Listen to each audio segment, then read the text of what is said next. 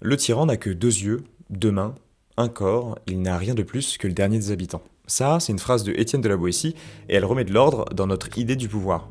Parce que spontanément, on imagine que le pouvoir, c'est quelque chose de supérieur, plus fort, plus intelligent, presque divin. La Boétie dit exactement l'inverse. Le tyran n'a rien de spécial, il n'a pas plus de muscles, pas plus de génie, pas plus de légitimité naturelle, alors d'où vient son pouvoir? Il vient d'ailleurs. Il vient de ceux qui obéissent.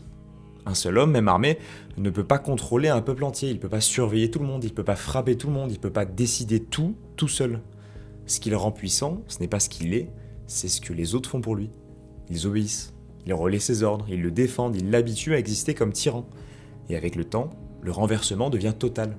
On se demande plus pourquoi on obéit, on trouve normal qu'il commande. La Boétie ne dit pas que les peuples sont stupides, il dit que l'habitude est plus forte que la force et que la servitude s'installe quand elle devient invisible. Alors à quoi ça sert de comprendre ça? À déplacer le regard, à arrêter de croire que le pouvoir vient toujours d'en haut, à voir qu'il circule, qu'il repose sur des gestes quotidiens, des silences, des consentements, et peut-être à se rappeler que si le pouvoir est donné, il peut être aussi repris.